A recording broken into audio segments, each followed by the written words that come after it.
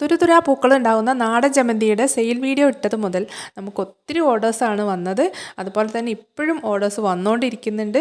ഒത്തിരി എൻക്വയറീസ് വരുന്നുണ്ട്. പല കളേഴ്സും ആവശ്യപ്പെട്ടുകൊണ്ട് ഒത്തിരി പേര് മെസ്സേജ് അയക്കുന്നുണ്ട്. ഇപ്പോൾ നമുക്ക് അവൈലബിൾ ആയിട്ടുള്ളത് സാൻഡൽ കളറും ഓറഞ്ചും ആണ്. ഇപ്പോൾ നിങ്ങൾ ഈ കാണുന്ന ഇതേ ഫ്ലവറിൽ വരുന്ന നല്ല ബുഷായിട്ടുള്ള നല്ല ഹെൽത്തി ആയിട്ടുള്ള പ്ലാന്റാണ് നിങ്ങൾക്ക് അയച്ചു തരുന്നത്. ഇത്രയും പൂക്കൾ കണ്ടപ്പോൾ പലർക്കും ഡൗട്ടാണ്, ഇത് ഹൈബ്രിഡ് ജമന്തി അല്ലേ, ഇതിൽ തൈകൾ വരുമോ എന്നൊക്കെയാണ് എല്ലാവരും ചോദിച്ചത്. അപ്പോൾ ഇതാ ഞാൻ പാക്ക് ചെയ്യാൻ വേണ്ടി എടുത്തപ്പോഴേ കണ്ടോ തൈകൾ വരുന്നത് കണ്ടോ ഇതിൻ്റെ റൂട്ടിൽ നിന്ന്. അത് മാത്രമല്ല ഈ പ്ലാന്റ് കൊക്കോപീറ്റിലാണ് വന്നിട്ടുള്ളത്. ആ കൊക്കോപീറ്റ് മൊത്തം അതിൻ്റെ റൂട്ട് വന്ന് സെറ്റായിട്ടുണ്ട്.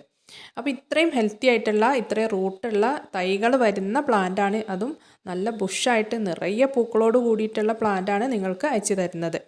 അപ്പം നമ്മൾ കൊക്കോപീറ്റൊന്നും മാറ്റാതെ ഇതുപോലെ തന്നെയാണ് അയച്ചു തരിക. അപ്പോൾ അതിനനുസരിച്ചുള്ള വെയിറ്റ് ആ പ്ലാന്റിന് വരും. മാത്രമല്ല ഇതിൽ കൂടുതൽ പൂക്കളുണ്ട്, കൂടുതൽ ബ്രാഞ്ചസ് ഉണ്ട്. അതുകൊണ്ട് തന്നെ ഈ പ്ലാന്റിന് നല്ല വെയിറ്റ് വരുന്നുണ്ട്. അപ്പോൾ നിങ്ങൾ ഉദ്ദേശിച്ചതിലും കൊറിയർ ചാർജ് കുറച്ച് കൂടാനുള്ള ചാൻസ് ഉണ്ട്.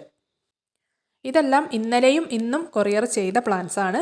കൊറിയർ ചെയ്യാൻ വേണ്ടി എടുത്ത വീഡിയോ ആണ് കേട്ടോ.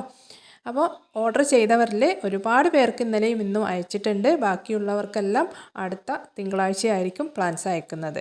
ഇനി ആർക്കെങ്കിലും ഈ പ്ലാൻസ് ആവശ്യമുണ്ടെങ്കിൽ വീഡിയോയിൽ കാണുന്ന വാട്സപ്പ് നമ്പറിലേക്ക് മെസ്സേജ് അയച്ചാൽ മതി. പിന്നെ നമുക്കിപ്പോൾ അവൈലബിൾ ആയിട്ടുള്ളത്, അതായത് ബാലൻസ് വന്നത് 2 കളറാണ് ഉള്ളത്. ഞാൻ നേരത്തെ പറഞ്ഞല്ലോ, ഓറഞ്ചും സാൻഡൽ കളറും.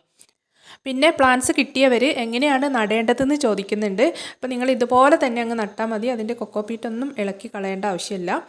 പിന്നെ പോട്ടി മിക്സ് എന്ന് പറയുന്നത് മണ്ണും മണലും ചാണകപ്പൊടി മാത്രം മതി.